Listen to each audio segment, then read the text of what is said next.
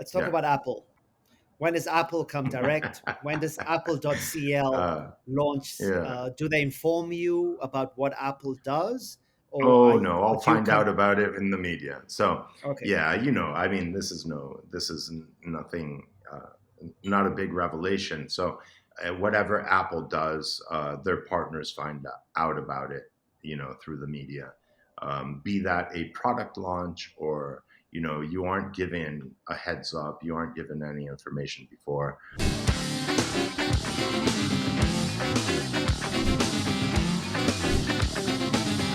hi, welcome to Direct to Chile, a podcast about what it's really like to do business in Chile.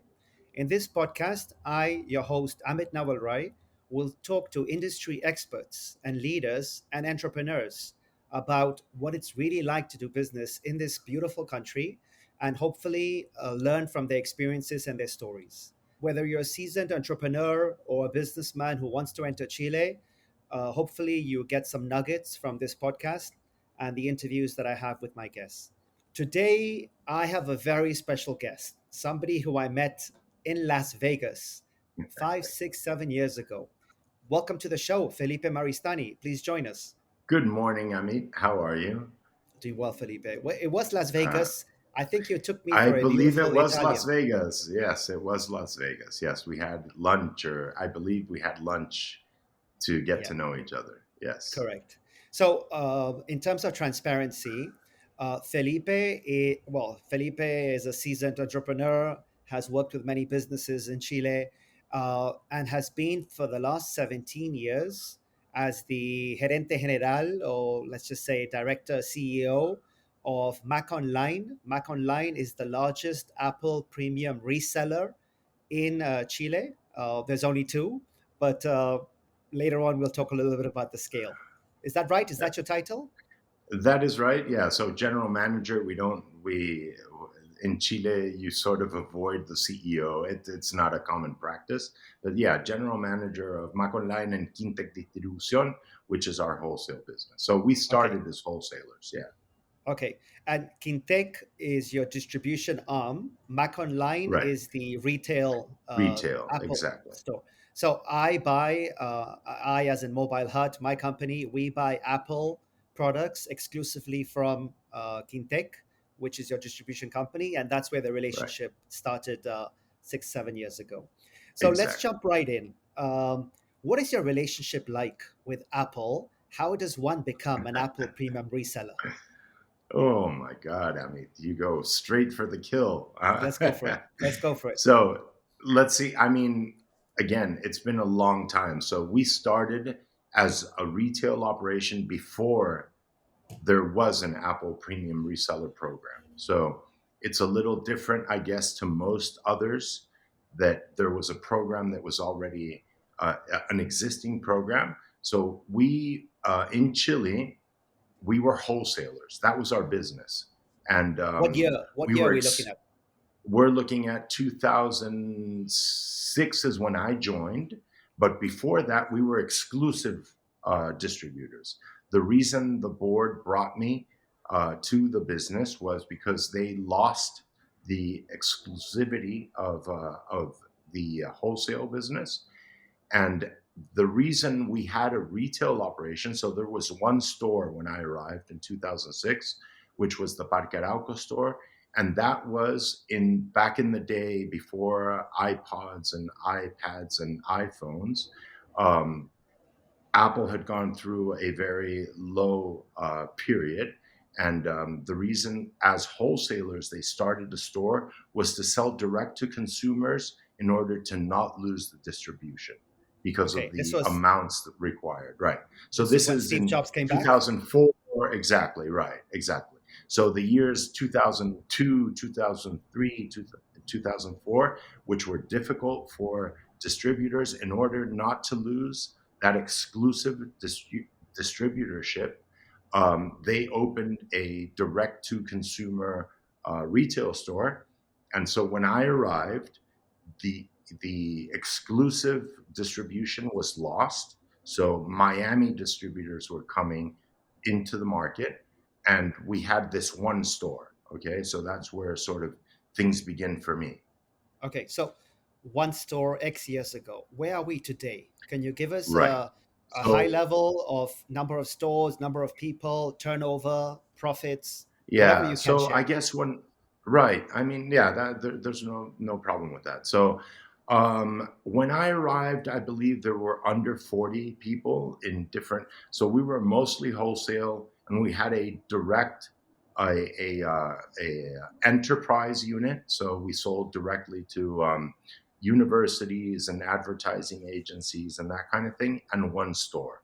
And I guess we were about 40 people or so in these different areas. Okay, and Um, today? and today we're over 450. We have 22 stores. We'll be Wow. opening a few more this year. Okay, We size have of a few. sales? Can you talk about Um, sales? Oof, yeah, I don't even remember what the sales were back in the day. I would have to guess it must have been close to 15 million or something like that, US, mostly wholesale. Okay, Um, so mostly wholesale income. And now we finished a few years, which we've been above 200. I don't want to get into specifics, but okay. yeah, But out of that um, 200 million over the plus, 200 is million Mac mark. Yeah. Online, is Mac Online Is the main source? So I would say today we are probably the largest Apple partner. So the market is divided between specialized stores, right? So your APRs, of which there are two, and we are considerably larger than our competition. And then the cell phone operators and the large retail stores. And then there's a couple outliers. There's Base Factory, which is Yep. a mix between a wholesale and retail operation. It's a little bit weird, but yeah, That's pretty impressive. I mean, 10 times number of people, $200 million turnover yeah, operation.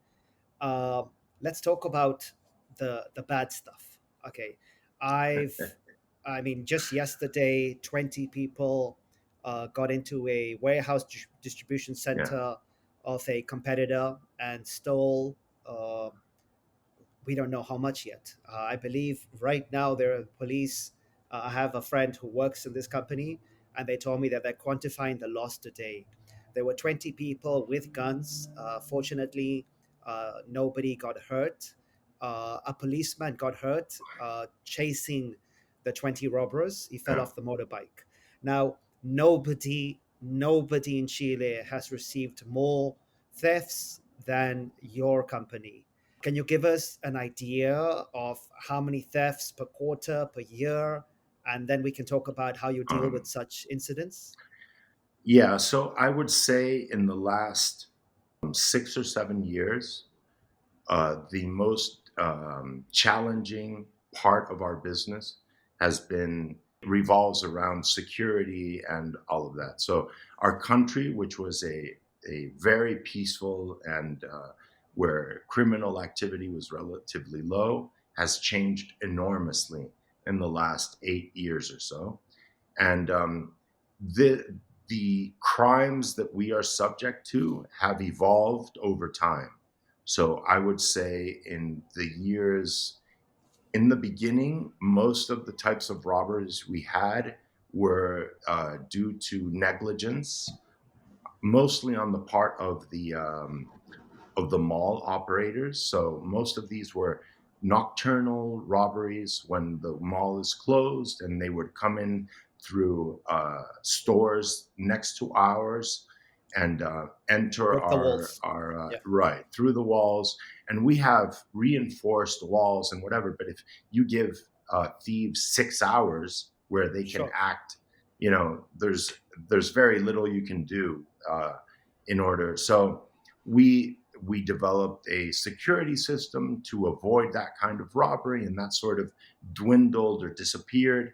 We had at one point we had our distribution center independent of a large like distribution center with hundreds of other Sure. warehouses Private. and companies, and so it was a private distribution center. And we suffered during the year and a half that we were there about 16 armed robberies to our trucks. They tried to get into the distribution center 2 or 3 times. They weren't able to, but we had to leave and find a large distribution center where we have our operation today, because they would follow our trucks. They knew where we were, and so yeah, security has been, like I said, in the last 6 years. I would for sure my biggest headache. Sure. Are It these is, inside yeah. jobs? Are these inside jobs, I or we mean, just don't know? all of them have inside information. So Yeah. it would be naive to believe that yes, that they don't. And some of the robberies in our stores, for example, which is what the last wave has been, armed robberies. So 10 or more armed individuals which come into the mall, which is usually on the weekend. So when it's full, and come into our stores with guns, and so there's what we aim for in our security is uh, time to Slow them make down. that the slowest, exactly, because there's no way. I mean, I don't want to endanger the lives of our colleagues or our customers, and so the only thing we can do is slow that down, so that if we slow it down enough, we are no longer the object of what they Sure. want, because they risk too much. And so Yeah, that's what we've been focusing on. Yeah. I should have told you, Felipe, the idea of the Yeah. podcast was to encourage people outside of Chile to come to Chile and do business here. And Right. And it's very sad. And you're so, doing exactly right. the opposite. So I want to The thank you, opposite. but Yeah. they need to Well, hear the here's the truth. thing. So listen, even we look at this in a sense, it's a cost of business. I guess it's difficult because again, we're not used to it as a country. And I think there's a failure on the part of government and so forth to have dealt with this beforehand. Sure. Um, I Let's get still into have, that. yeah. Let's get into that. So, So, for example, how how does this affect your recruitment process? How does this affect your investment per store now well, for new yeah. stores? Can you give us It some doesn't, details? right. Yeah, of course. I mean, it doesn't, of course, there's a larger cost because of all of the security. I mean, you're talking cameras, vapor, vapor cannons, we have 24/7 video vigilance, etc. So we have so many things and many other things that I can't talk about. So, Sure. um, And in the the relationship stores, with the and malls. Are the right, malls and helping obviously out? there's a cost there. The malls are starting to come around. Obviously, you pay for security in the malls, and yet the security is not what it should be. On the other hand, there is also a barrier in terms of the legal, um, let's call it, what the allowance of what you can do in Chile, which is very different to the rest of Latin America. You cannot have armed guards. So the Got malls it. don't have armed guards, stores don't have armed guards. Um, for the most part, the exception is banks, and now in the last maybe 5 or 6 years, jewelry stores, which Okay. are allowed to have. So other than that, as you see, if you would go to Brazil or Colombia or Peru, you will find malls and stores where there's a guard with a shotgun or a semi-automatic. So you Got see it. this commonly in the rest of Latin America, and that's not something you see in Chile. And I like that. And so I'm hoping that we are able to resolve this as a country without having to go to those measures, where while on the one hand you feel a little bit more secure if you have armed guards in a mall, on the other hand you create the opportunity for more violence, and Sure. criminals. So It's not what I would like to see in my country. we've experienced a lot of robberies. Fortunately, none of Yeah. them with guns. But there's a reason why I've gone from 14 retail stores to two. I mean, Right. other than the online business has exploded, it just Yeah. doesn't make sense. And every single time we were robbed, I would say the help from the malls was as close to zero as you can imagine. Pretty much. Yeah, Yeah. absolutely. So Yeah. we've been very aggressive in our legal recourse as well, which I believe. So again, all of this is an evolution as things happen.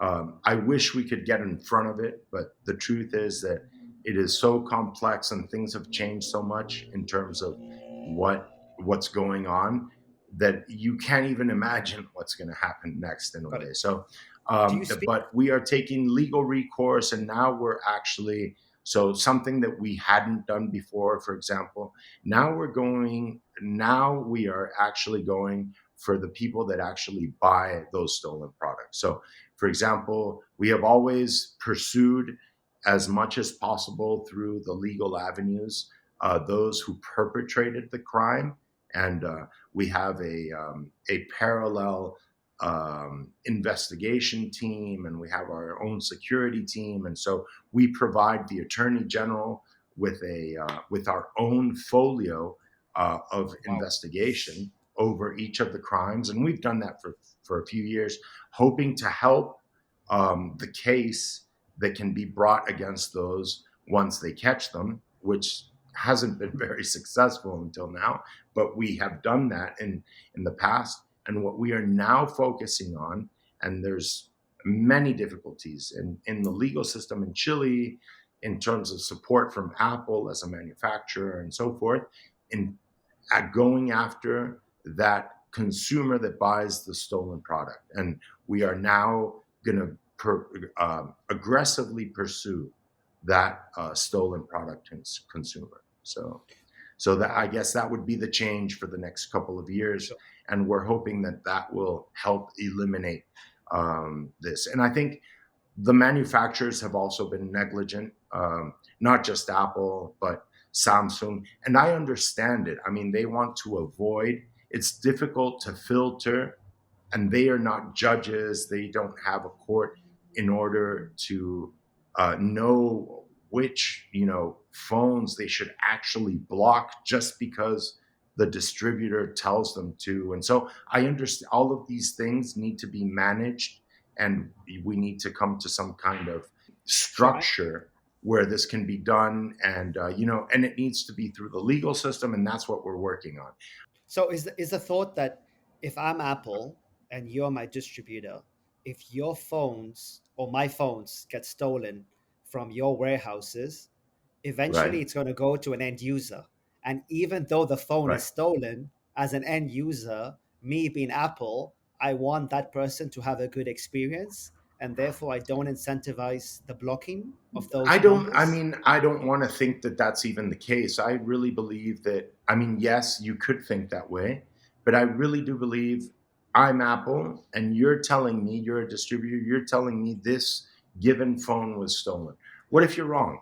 What if you made a mistake and you gave me the wrong number? I have Yeah. now blocked a A paying user customer. that a paying customer, and Yeah. he's now going to go through a whole bunch of loopholes or whatever in order to get the use of his cell phone back, right? We need to create a legal structure where not I don't want to use the word forced, but where you give the proof to the legal system in your country, and that legal system forces or demands that the manufacturer blocks those cell phones internationally. That isn't the way it works right now. So, the way most legal structures work, not just in Chile, but all over the world, is you force the cell phone operator to block the emails, okay? Yeah. The individual Code. Sure. identification code for each phone in your country.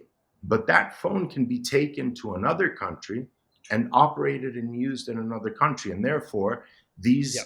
these criminal gangs are internationally connected, and therefore that really doesn't solve anything.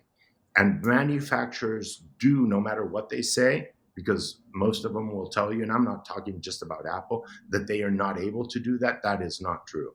They Okay. are able to block them centrally. And so, Got it. what we need to do as the ones suffering the crime is to force this to happen on an international level where the manufacturer blocks it. But it needs to go through a legal process, or else the manufacturer has no reason to do it because just because you said so. Every country's Right. legal framework is so complicated and different that Absolutely. But I don't that's see a short-term absolutely. solution.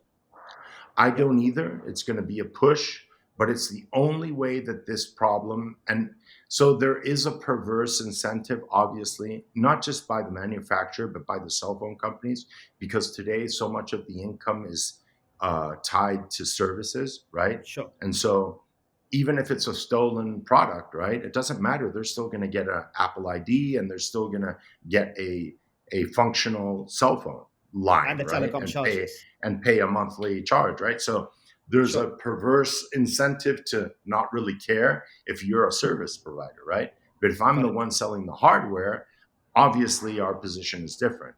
And got it. again, what we need to push is that legal framework so this gets taken care of internationally. Got it. Thank you for that insight, Yeah. Felipe. This cost of business and this legal issue is something that it's not really spoken about. So we Yeah. appreciate your thoughts on that. Let's move on.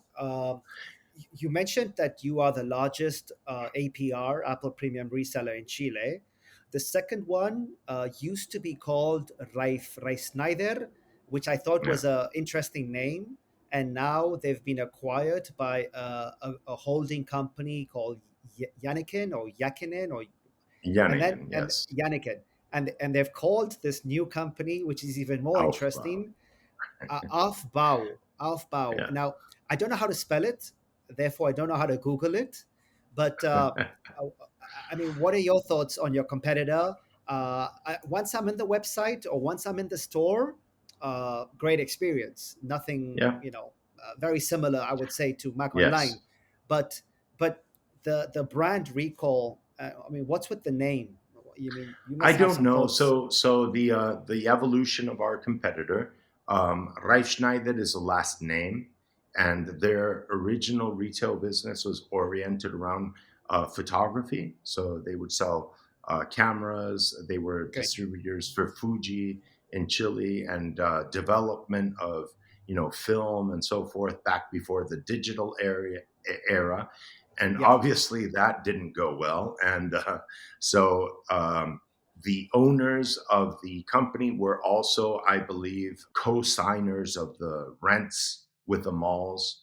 And so as their business tanked because of digital photography, they had to take over the stores. And eventually, what they developed was an Apple business in their stores to help mitigate the losses or whatever. And so eventually they ended up closing a lot of stores, and those stores that were they kept with Apple, and some of them they had quite a few stores in Iquique, which is a duty-free zone here in Chile, and they would sell to other countries from Iquique, and so that was sort of their business. But it evolved from a retail business in photography, which obviously because of technology changed, and when eventually the business for them they didn't manage it in correctly, and eventually they had to sell. And the people that bought it, the group, is Yannikin. They are experienced retailers, mostly in footwear, so sports footwear and sports apparel. So that's their strength. And they have hundreds of stores with different brands that they represent from the US and other countries. So they are very experienced in retail, okay? Not High margin retail. high margin retail, Yeah. exactly.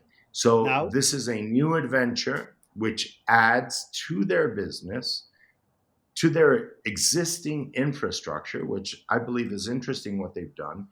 So high revenue with lower margins. But on the other hand, they have a large part of their infrastructure already paid for, right? Because of all sure. of the other brands they represent, and you know, yeah, distribution costs can be shared and so forth between stores and different malls and whatnot. Okay. So if I look at it from that point of view, I see the logic in their purchase, and how it can add to their business. Obviously, it'll bring their average margins considerably lower No. because of how low um, consumer electronics and technology is on the retail end. However, it will add enormously in terms Top line. yeah, top line, right? Okay, so let's The talk about the revenue. real So competitor, the elephant in right, the room. Let's talk yeah, about Apple. When does Apple come direct? When does Apple.cl uh, launch? yeah. Do they inform you about what Apple does, Oh no, or I'll do you find out come? about it in the media. So Okay, yeah, I mean, this is nothing, not a big revelation. So whatever Apple does, their partners find out about it, through the media. Be that a product launch or you aren't given a heads up, you aren't given any information before.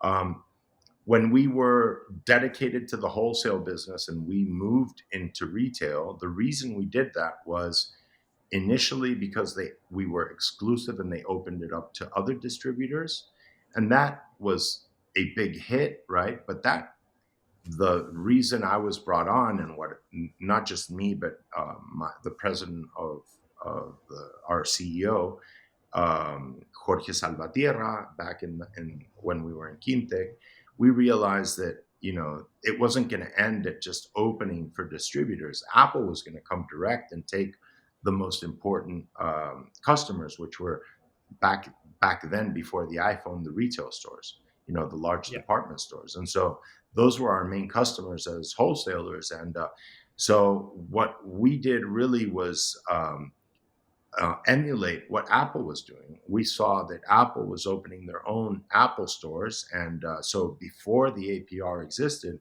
we started not just opening our own stores, but buying up. So there was one competitor back then, which their name was Mac Store. And we purchased, they had 4 stores, and we bought them out. And we also started opening our stores before the APRs existed as a program. got it. So the writing on the wall is that Apple will come here eventually.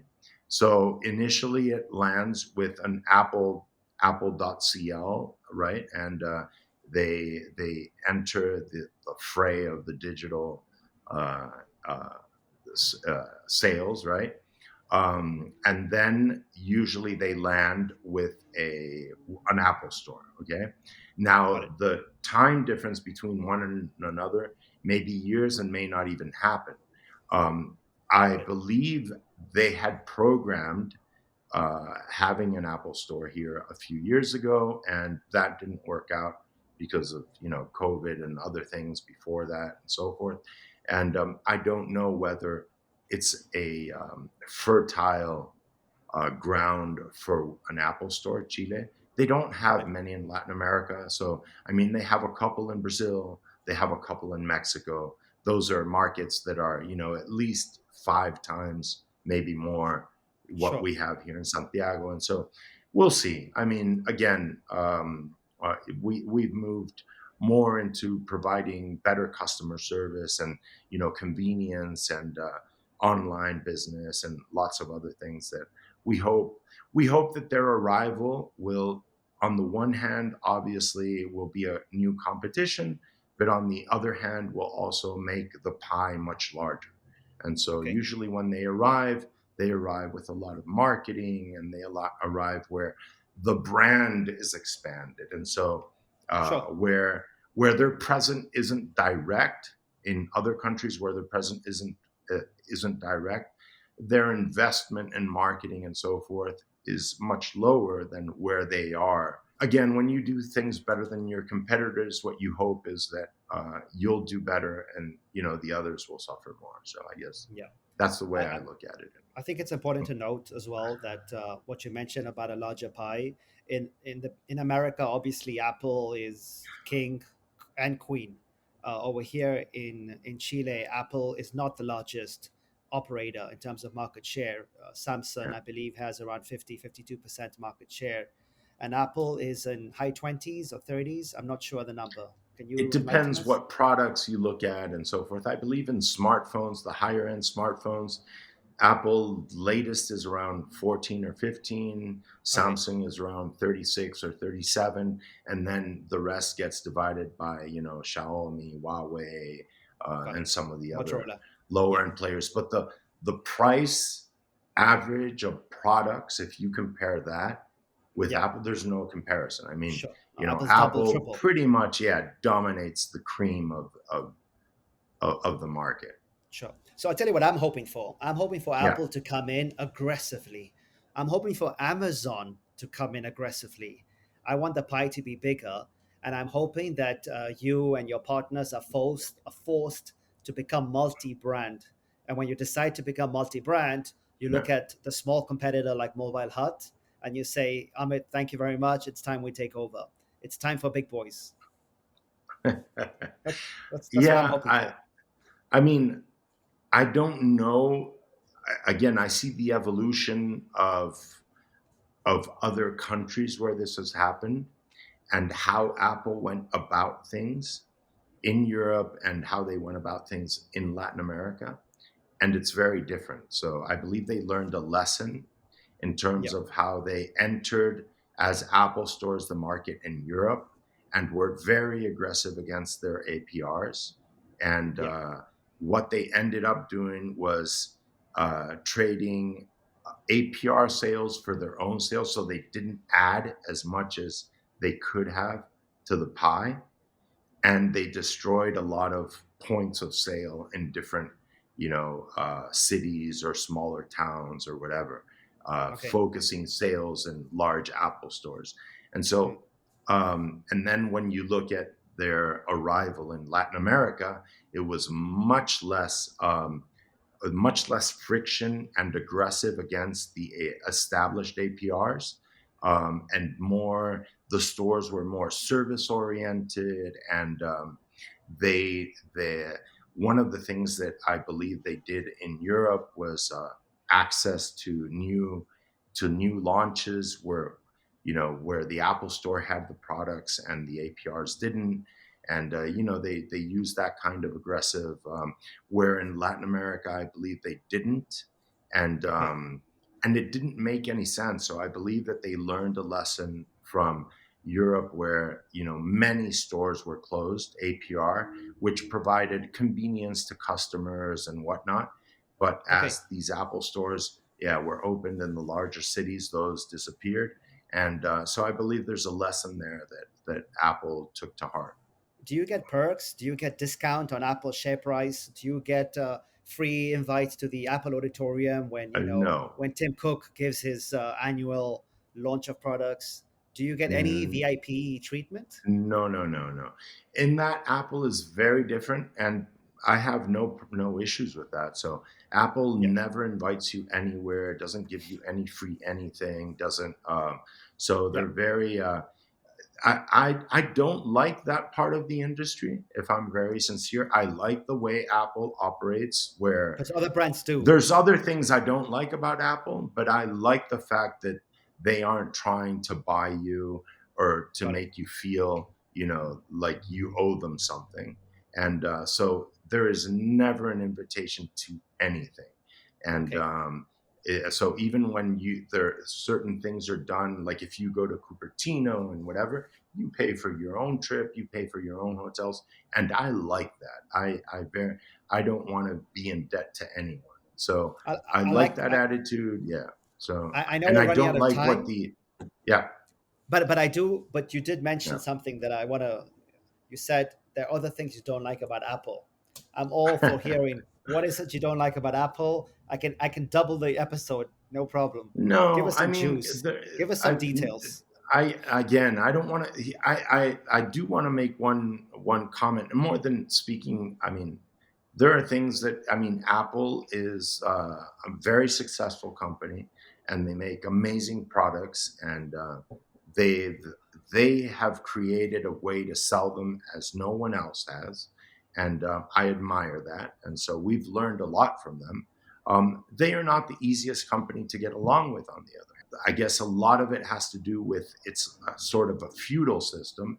Each area in Apple decides things independently. And if you're a general manager in a country, you need to have different relationships with different areas in Apple in order to get things done. I guess that would be Got it. one thing that, but I think we again, and I understand why the questions were as they were, but I want to finish off, maybe if Yeah. I can, with that. This isn't the greatest impression in terms of what. Again, we spoke of heartache, I think, more than anything, and I think that has somewhat to do also with your experience here and the heartache of of what has happened and the change that we've gone through in terms of crime here in Chile and so forth. But even where it is today, which is we never would have imagined this maybe 6 years ago, it is still an easier country to do business and in terms of crime in general than all of our neighborhoods. So Okay. if we compare ourselves with other countries and in general, I just want to, in the spirit of what your podcast is, I want to go back to that. And yes, there are difficulties here in Chile. Yes, there is bureaucracy. Yes, there has been a larger crime thing, but I do, in the end, have hope that we will be able to manage these things and that we're just going through a little bit of a difficult period. And in general, I think, again, even with our relationship with Apple, there is nothing to complain about, really. I mean, I personally have worked with them for 17 years. It has been an amazing ride. I have learned so much from them. What we have done here in Chile, which is pretty extraordinary, in large part is because of the support that they have given us. And I'm very thankful for that. And yes, of course, one tends to be more critical in those things that you feel that haven't worked out, or in the case of, if we look at Chile, of the crime or whatever. Of course, we tend to focus our energies in those things that aren't working the way we want to, right? But I want to also talk about how extraordinary and how amazing the ride has been, both in Chile and with Apple, and everything that has meant, not just for me, but for everyone that works in our company.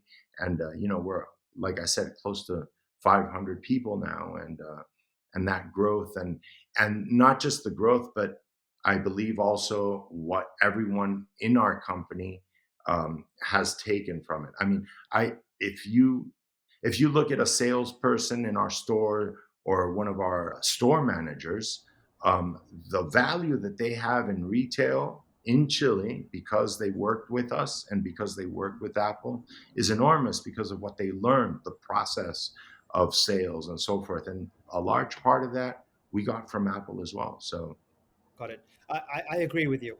Even the macroeconomic conditions of the country, our level of inflation, unemployment, GDP, stability of the currency, the rule of yeah, law. I mean, we definitely, when most people come visit us from overseas, they right, think they're coming to a really low developed nation right, full of crime, and actually they come and they see a beautiful city like Santiago. And I second your positive sentiments of the yeah, country. yeah, And I obviously, what's happened with the social unrest 3 years ago, it was a bit of a shock for everybody. But on the whole, hmm, the quality of standards of not just us as owners and directors, but also of our staff, I feel the tendency is definitely on the right path. So right.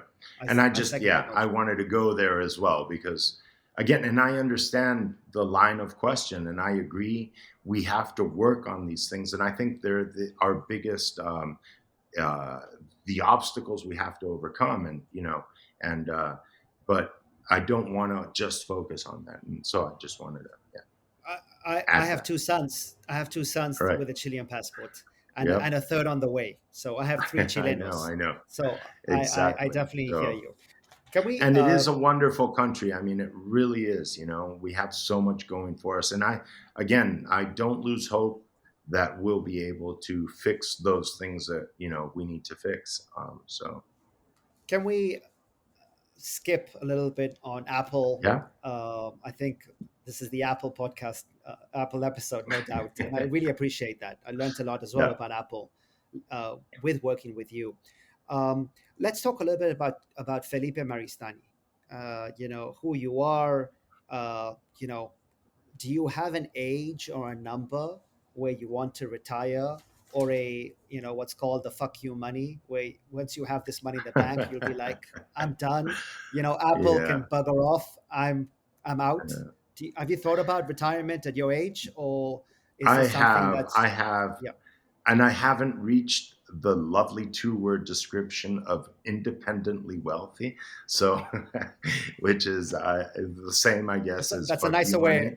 That's a It's a nicer way of nicer putting it. way of saying it. Yeah. So I'll go with the independently wealthy version of that. And no, I am not close to it yet.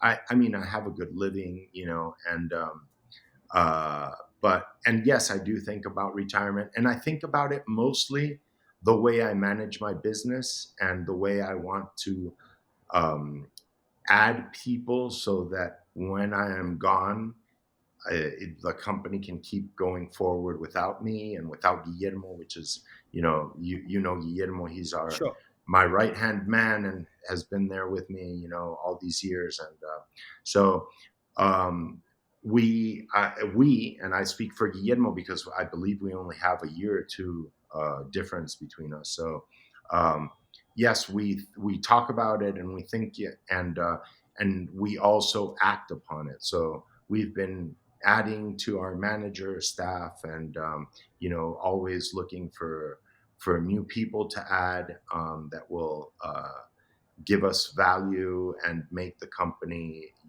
long standing. And yeah, so and we're Where also looking into and where we're do you want also to looking retire? into parallel projects. That's a good question. I mean, I don't know yet. So you asked me who I am, and I'm very. I have a different. The way I grew up was very different. So we left Chile when I was 3 years old, during what was called Unidad Popular. So a during the socialist elected, uh, democratically elected government in the late 60s. This is before the coup d'etat by Pinochet, which was in 73. So we left because they nationalized industry. My father used to work for Ford Motor Company, and Ford invited some of their younger managers to go to the US, to Detroit. And so I believe something like 6 families left Chile to go work for Ford in Detroit. And our adventures began there in 1971, and we only moved back to Chile 19 years later. So as a family, we moved back in 1990 the when the old Pinochet dictatorship gave over power to the newly democratically elected government in 1990. And my family moved back. It wasn't for political reasons. I mean, we didn't leave for political reasons. We didn't come back for political reasons, mostly economic reasons. And in between, I lived in 5 different cities in the US. I lived in Brazil. I was able to finish my school from 6th grade to 12th grade in Brazil, Sao which Paulo. was in Sao Paulo. Okay. I went to college in New York. I lived all over the place, in many And places. you have a And master's as well from I have a LBS. master's from London Business School. Wow, you Um, everywhere. yeah, I've been around. Yeah, I've been around. Favorite city? Favorite city? Favorite city? I'd like to say nowadays, between Berlin and I used to love Hong Kong, but I haven't been there since the last troubles, and I don't know how much I'll love it again, It's opened knowing up. what's happened there. I It's know, opened but up. I It's don't back to, know if it's going to retain its energy and its independence, and what made Hong Kong great yeah. is the question I have. So I would say those are two of my favorite cities. I'm not a New York kind of guy or an LA kind of guy. I'd say Okay. Berlin I love, and yeah, I'd say those are Got it. two of my favorite cities in the world. Got it. And just to round up, I mean, what's happening in the world today? The SVB bank collapse, Credit Yeah, Suisse yeah. rumors. Then you've got ChatGPT 3, which is now ChatGPT 4. I mean, every day there's something new in the news. Are you are you scared about the future for your children? Does anything keep you up at night, or are you at ease? And Oof. Tell us about. I want to know what's uh, happening up there. In yeah. the head. I mean, a lot is happening up there. Of course, I'm worried. I mean, there's so much going on. We're living in an age of discovery, which is historically has there's never been this speed of discovery of the things that we are doing as humans. We are living in the apex of that, and so um, a lot of that discovery, of course, is worrying, and we still have wars where if Yeah. I mean, I'm a child of the 80s. In the 70s, we in school. I'm not joking. In school, we had nuclear bomb drills where you would go, not earthquake drills, nuclear bomb drills where you would hide under your desk. I mean, I'm Yeah. a child of the Cold War, um, so that sense of fear, I guess, of the unknown in my childhood existed and has carried over, and I see the speed of how we are changing and what we are learning. I'm bothered by many things, that I have difficulties understanding, the way we have as humans have chosen certain things and whatever. And on the other hand, I have this deep down belief that we'll be able to persevere. I mean, we have in the past, and eventually, I hope we'll be able to sort things out, as difficult as sometimes it seems. You're an And optimist. yes, yeah, I mean, in a sense, I'm worried about things, and so I delve deep into some of those things. Artificial intelligence worries me, of course. How are we Can I going to can I able? can I just read Yes, my of last course. tweet? My last Yeah, tweet. What will kill humanity? I've put a poll with 4 yeah. points. Number one, AI robots. Number two, man-made Jurassic Park. Number three, man-made virus. And number four, a nuke third world war. I think we're on the same page in terms of Right. Yeah. what keeps us up at night. Yeah, I'd add to your list transgenic agriculture, and the lack of variety in our seeds would be Yeah, another thing I'd add there. yeah, There's a few things going on, but yeah, I agree. Again, yes, I think as humans we always have like this shadow of fear of things. Like I said, I'm a child of the 80s, a child of the Cold War, 70s and 80s, and we feared the war between the US and Russia and yeah. whatever, and that fear now has come back again, and now we have the additional fear of the war of China with the US and what that Taiwan. implies.